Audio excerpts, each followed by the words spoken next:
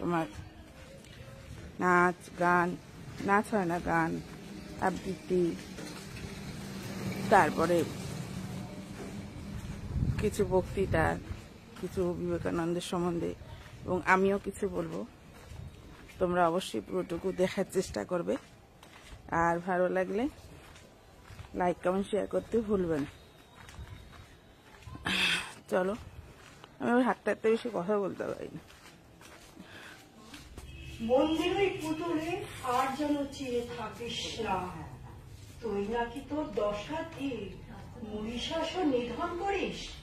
আয়না ঘরে দুর্গা হয়ে দেখবো কেমন তুই লড়তে পারিস।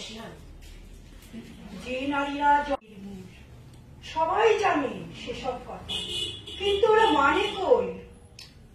নারীর প্রাণ জন খাবারে বধুর গায়ে আগুন ওই। নরে জন্মদাত্রী নারী, এটাই কি মা খাজনা? এবার যখন মরতে আসবি জ্যান্ত হয়ে আসিস না, মন্দির ওই পুতুল হয়ে আর যেন চেয়ে থাকিস না। সিলিং ফ্যানে ঝুলছে নারী, বৃদ্ধাশ্রমে কাঁদছে মা। অশুভ শক্তি বিনাশিনী এমন চুপ যে মানায় না। রথ ঢুকে পিসছে জনি, আস্থা করে কর্ণভূত, আজও পাচার হচ্ছে নারী। তুই কি অন্ধ নিদারুণ? মানব জন্মদাত্রী নারী, এটাই কি পাবনা? এবার যখন মরতে আসবি জ্যান্ত হয়ে আসিস না, মন্দির হয়ে পুতুল হয়ে আর যেন চেয়ে থাকিস না। জন্মদাতা মারছে স্রষ্টা, মরছে সৃষ্টি, প্রমূর্তি কি জানিস না? শিশু কিশোরী পৌর মাতা যত্র তত্র শরীর ভোগ, আইন কানুন টাকায় চুপ, ফাইল বন্দি অভিযোগ। ধর্ষকের কোন রূপ নেই মা, ঘরের কিংবা বাইরের লোক দাঁড়িয়ে দেখে তোরই সমাজ, পিছনে হাসে সামনে শোক। নরে জন্মদাত্রী নারী, এটাই কি মাথা পায় না? এবার যখন মরতে আসবি জ্যান্ত হয়ে আসিস মা, মন্দিরের পুতুল হয়ে আর যেন চেয়ে থাকিস না। কৈলাসে আর যাস না ফিরে, নারীকে ভীত রাখিস। সব মেয়েদের মধ্যে যায় জাগ্রত এক দুর্গা মা। কৈলাসে আর যাস না ফিরে, স্বরক্ষিত নারী করিস মা। সব মেয়েদের মধ্যে চায় জাগ্রত এক দুর্গা মা।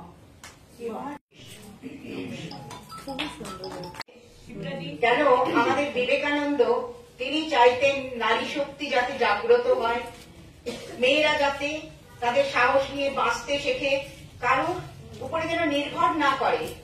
তাই দুর্গাকে আমরা সাধনা করি, তাকে ডাকি, কিন্তু জ্যান্ত দুর্গার খুব প্রয়োজন। যেটা উনি যাকে ডাকতেন জ্যান্ত দুর্গা বলে, তিনি হচ্ছেন আমাদের মা শারদা। মা শারদাকে তিনি জ্যান্ত দুর্গা বলে ডাকতেন। তা ওর কবিতার মধ্যে মা শারদাকেই খুঁজে পেলাম। মা শারদা যেভাবে আমাদের নারী জাতিকে জাগ্রত করতে চেয়েছেন, তার জন্য গৌরীমাকে উনি সৃষ্টি করেছিলেন এইভাবে। গৌরীমার নাম আপনারা শুনেছেন কিনা আমি জানি না। যারা যারা রামকৃষ্ণ মিশনের সাথে বা রামকৃষ্ণের সাথে জড়িত আছেন, বই পড়েছেন, তারা জানবেন গৌরীমা যখন তার 6 বছর বয়স, তখন তিনি একটি শিলা পান। একটু বলে নিই, পুজো করার পরে 9 বছর বয়সে উনি হিমালয়ে চলে যান। হিমালয়ে গিয়ে উনি 17 বছর ওখানে জ্ঞান অর্জন করেন এবং সাধনা করেন। সাধনা করার পরে যখন তিনি ফিরে আসেন, আমি খুব ছোট করে বলছি, তিনি যখন ফিরে আসেন তখন ঠাকুর রামকৃষ্ণদেবকে কাছে যখন তিনি যান, তখন ঠাকুর ওনাকে দেখে বলেছিলেন, গৌরী, গৌরদাসী, আমি কাদা চটকাবো, তুই জল ঢালবি। মানে হচ্ছে কলকাতার মেয়েরা খুব দুঃখী, খুব তারা কষ্টে রয়েছে, কিলবিল করছে পোকার মতন। তুই জ্যান্ত দুর্গা হয়ে তাদেরকে রক্ষা করবি, তাদের জন্য স্কুল তৈরি করবি, তাদেরকে সাধনা শেখাবি। গৌরীমার আশ্রমে একবার নিয়ে যাব সবাইকে, দেখবেন গৌরীমা তার জীবনে কি করেছে।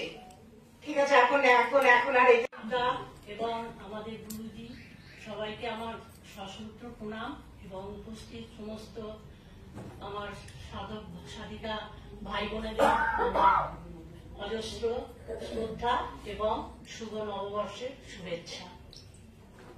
আর আমরা এখানে স্বামী বিবেকানন্দের জন্ম বার্ষিক একটা কথা বলতে আমার খুব ইচ্ছে হচ্ছে, সেই জন্য কিছু বলতে চাইছি।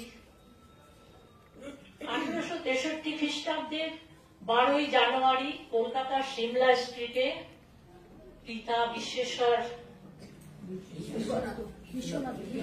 বিশ্বনাথ দত্ত এবং মাতা ভুবনেশ্বরী ঘরে এই নরেন্দ্রনাথ জন্মগ্রহণ করেছিলেন। ছোট্টবেলায় তার নাম ছিল বিজে। ছোট্টবেলা থেকেই তিনি খুব দুরন্ত ছিলেন, তিনি সাহসী ছিলেন। তার মধ্যে যেমনি মেধা ছিল তেমনি দয়া মায়া তার চরিত্রের একটা প্রধান বৈশিষ্ট্য ছিল। একদিন মা ভুবনেশ্বরী দেবী রান্না বান্নার কাজ শেষ করে একটা কাপড়ও সেখানে নেই। তিনি যখন সেই কাপড়ের খোঁজ শুরু করলেন তখন বিবেকানন্দ তাকে জানালো যে এক দরিদ্র দুঃখীকে দেখে তিনি তার সমস্ত কাপড়গুলো তাকে দিয়ে দিয়েছেন। এই কথা শোনার পরে ভুবনেশ্বরী দেবী কিন্তু ছেলের উপর একটু রাগ করতে শুরু করলেন, কিন্তু তিনি সেই সঙ্গে তিনি সেই ব্রাহ্ম সমাজের সেই নিরাকার ঈশ্বর পূজায় তিনি কখনোই বিশ্বাসী হতে পারলেন না। তিনি একদিন রবীন্দ্রনাথ ঠাকুরের পিতা মহর্ষি দেবেন্দ্রনাথ ঠাকুরকে জিজ্ঞাসা করলেন যে আপনি কি কখনো ঈশ্বরকে দেখেছেন? দেবেন্দ্রনাথ ঠাকুর তখন তাকে সেই দক্ষিণেশ্বরের আমাদের রামকৃষ্ণ দেবের সঙ্গে দেখা করার জন্য বললেন। যখন তিনি রামকৃষ্ণের সঙ্গে দেখা করলেন, রামকৃষ্ণ কিন্তু এক দর্শনেই বুঝতে পেরেছিলেন যে এই বালক এই পুরুষ কখনোই খুব সাধারণ পুরুষ নয়, এই ভগবানের প্রেরিত কোন দেবদূত। তিনি দিনে কালে রামকৃষ্ণের ভক্ত হয়ে উঠেছিলেন এবং রামকৃষ্ণ তাকে খুব স্নেহ করতেন।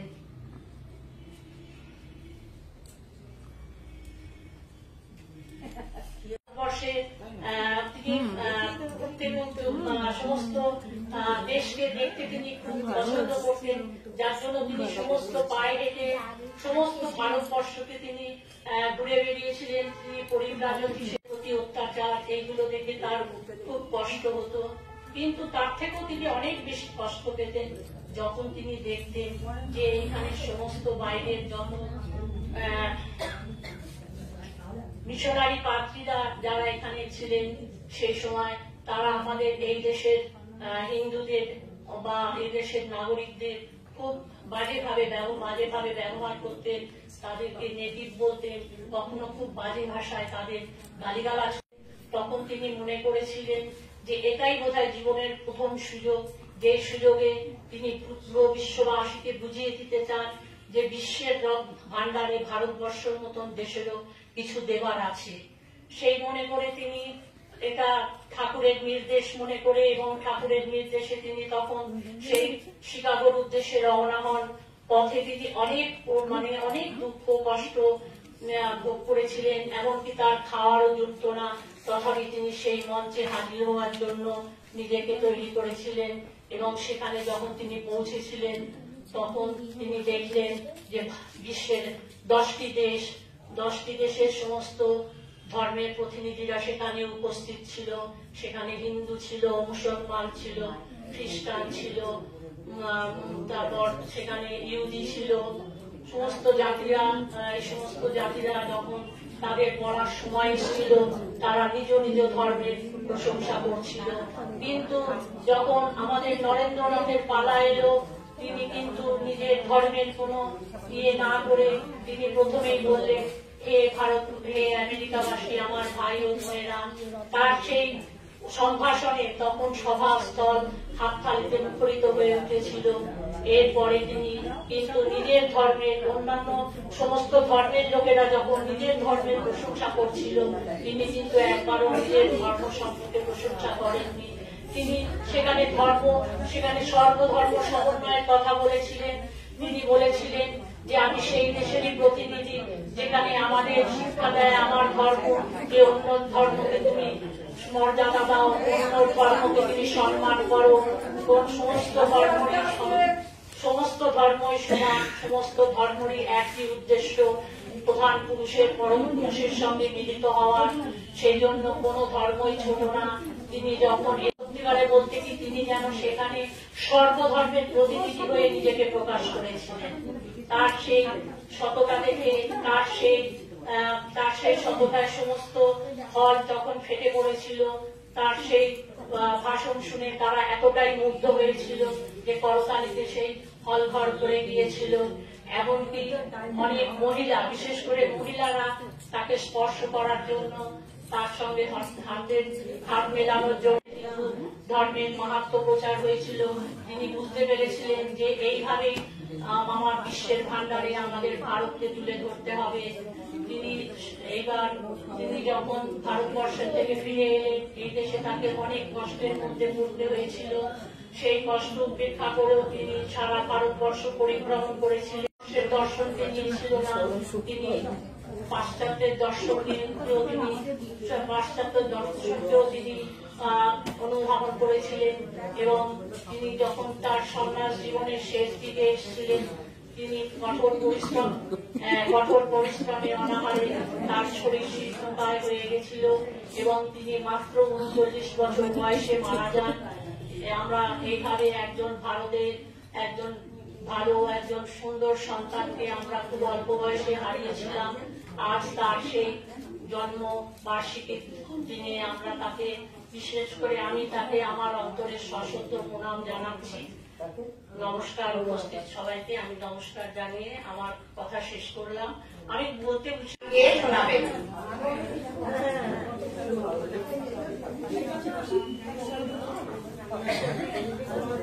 না বললে তো পড়তে পারছে না।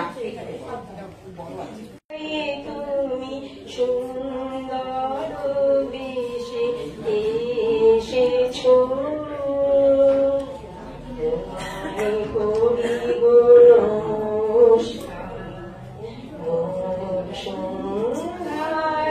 তুমি সুন্দর বেশে এসেছো, তোমায় করিব নমস্কার। মোর অন্ধকারে অন্তরে তুমি এসেছো, তোমায় করিব নমস্কার। সমগভীর আকাশে তোমায় করিব নমস্কার। এই শান্ত সুধীর তন্দ্রা নিবিড় বাতাসে তোমায় করিব নমস্কার। সন্ধ্যায় তুমি সুন্দর বেশে এসেছো,